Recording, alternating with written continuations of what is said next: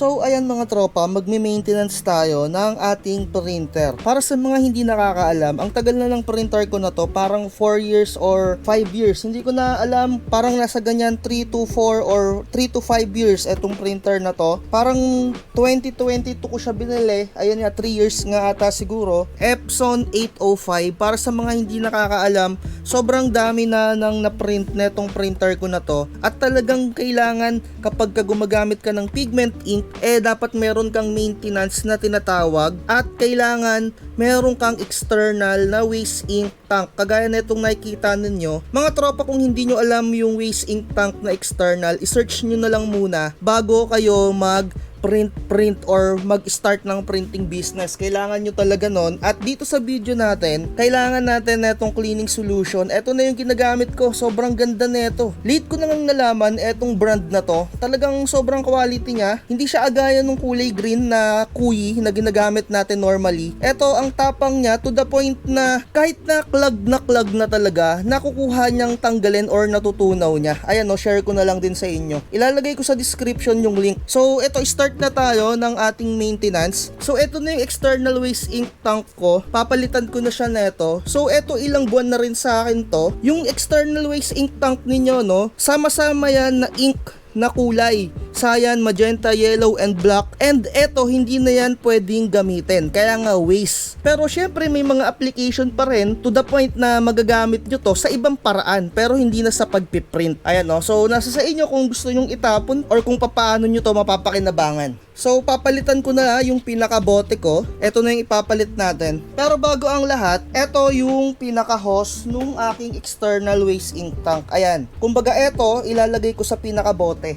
Isusuot ko yan dyan para dito tatagas yung pinaka-ink. At eto, ituturo ko sa inyo kung paano nyo malalaman kung okay pa yung pinaka-cupping station. So ano nga ba yon? Eto yon mga tropa, yung cupping station na yan. Eto yung humihigop ng ink papunta sa mga damper natin. So kailangan hindi yan natutuyuan ng ink. So pwede nyo siyang lagyan ng pinaka-cleaning solution, bababadan mo siya. So paano natin to ma-check nga kung okay na okay pa siya? So lalagyan muna natin siya dyan. And next natin na gagawin, kuha kayo ng syringe tapos higupan nyo yung pinaka tubo. Eto. So ayan, may nahigop na ako at etong pinaka nahigop natin, ilalagay muna natin to doon sa pinaka bote natin dito para syempre hindi makalat yung pinaka workplace natin. Although makalat naman talaga, pero kahit papaano, 'di ba? So ayan. Tapon muna natin to. Dito sa paraan na to, malalaman nyo kung okay pa or maganda pa yung pinaka-cupping station. Hihigupan nyo yan dito. Ayan o, papasukan nyo yan ng pinaka syringe. Tapos ang mangyayari, focus tayo dun mamaya. Kung nakikita nyo yan, di ba may mga tubig? Hindi siya tubig literal ha. Eto yan ha, yung pinaka cleaning solution. Hihigupan natin yan. Ayan, sana makita sa camera ng maganda. Kuha pa tayo ng isang ilaw para mas maliwanag. So ayan, tignan nyo, dapat may higop siya ng maganda na itong syringe natin dun sa pinaka-hose. Dapat hindi siya lumalaban. Ayun, kung nakita ninyo, nahihigop niya ng maayos. Ayan, di ba? So papatakan natin ulit. Tapos higop natin sa hose para tayo nag-oopera. Pero ganun talaga, kailangan natin ni-maintenance yan. Ayan o, diba? Ayan.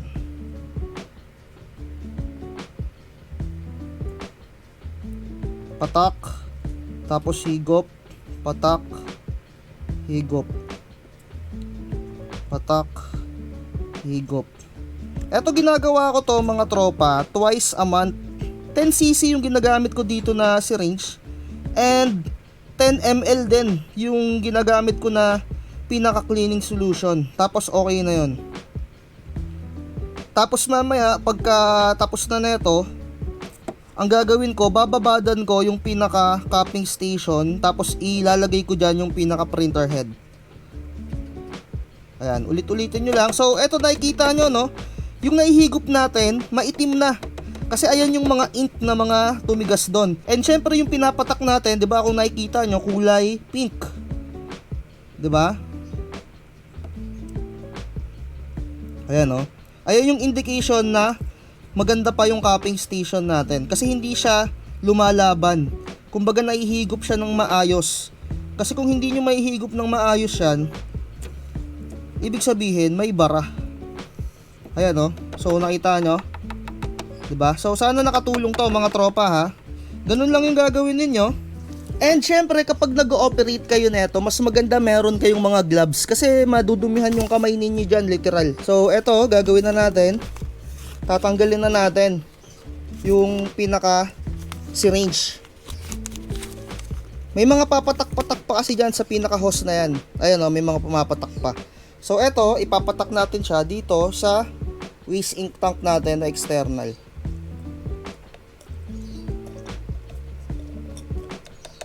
Kung napansin ninyo, hindi 10 ml yung nakuha natin na pinaka cleaning solution. Although 10 ml yung pinatak natin, may mga natitira pa yan doon. So hayaan na natin yung mga cleaning solution na nakapaloob doon. Ayan o, so kung nakita nyo, kanina medyo maitim siya, natunaw na yung mga ink. Kaya maganda talaga yung ginagamit ko na to. Bago ko lang to ginagamit, etong pinaka cleaning solution na yan, and maganda na yung feedback niya sa akin. So dahil may mga natira pa doon, subukan pa nating higupan kung may higop pa. Ayan o, dapat pagka humihigop, ayan o, maganda, hindi yung lumalaban. Basta makakukuha niyan, ayan o, may nahigop pa. 'Di ba? Sana nakita nyo. Ayan o, 'di ba? May mga nahigop pa. So yung 10 ml na ginamit natin na cleaning solution, sapat na yun. So eto, ayan o, may nakuha pa siya o. Ipatak ulit natin dito sa pinaka waste ink tank natin.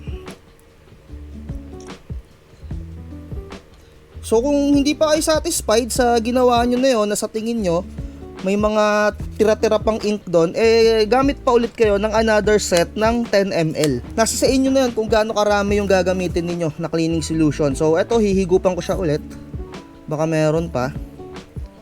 Kaya may mga konti pa. And kung may mga natira pa na hindi nyo nahigop, okay lang yon kasi mapa-flash din yan kapag ka nag-head clean kayo. Ayun o, ang ganda o, nawala na yung pagka-itim-itim niya, yung mga natira na ink. 'Di ba? So para sa akin, okay na yon. Ayan o, okay na yung pagkakahigit nyo. So next na ginagawa ko dito, usually twice a month or kapag ka tinamad ka, once a month. Di ba napatakan na natin yung pinaka-cupping station? Ngayon naman, etong mga nasa paligid niya, pupunasan niyo siya gamit yung tissue. Eto, wag na wag niyo itong gagawin ha. Sa ngayon kasi wala akong tissue. Meron ako dito, bulak. So eto, hindi ko siya recommended. Dapat kasi talaga tissue yung ipampupunas niyo dyan. Ngayon lang talaga, wala akong tissue ngayon. Hindi pa ako nakakabili. Patakan nyo ng konti. Ayan o, pupunasan yan. Eto kasi hindi ko to recommended, may mga matitira kasi na himulmol. Dapat yung tissue. So ngayon, iingatan ko na lang na walang maiiwan na himulmol. Ayan. So ganyan lang talaga ginagawa ko mga tropa. Tsaka yung isa pa, lalagyan mo siya etong pinaka printer head mo para hindi mo na siya baklasin.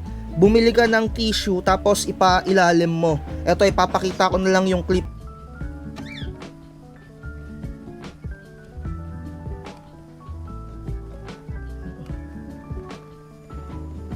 So ayun o. Kasi wala akong tissue. Ayokong gamitan ng bula kasi may mga naiiwan doon. Meron ding pinaka swab. Swab siya para talaga sa pinaka printer head, kaso mahal. Kaya ang ginagawa ko, tissue na lang yung pinangpupunas ko sa ilalim. And minsan, kapag kasinipag ka, pwede mong tanggalin talaga yung pinaka-printer head para yun mismo, yung punasan mo gamit yung cotton swab. Merong specific na swab para sa pinaka-printer head. Pero pwede na rin. Sa susunod, ipapakita ko na lang sa inyo. Bibili tayo. So, ayun na lang. Dito na natin tapusin to. Like, share, and subscribe. Bye-bye. Huwag kang magpapauto, mag-isip ka sa pilian. Sa laro ng buhay, dama ang tampuhan. Di lahat ng nagpa-hype, siguradong totoo. Sariling landas, hanapin mo sa mundo.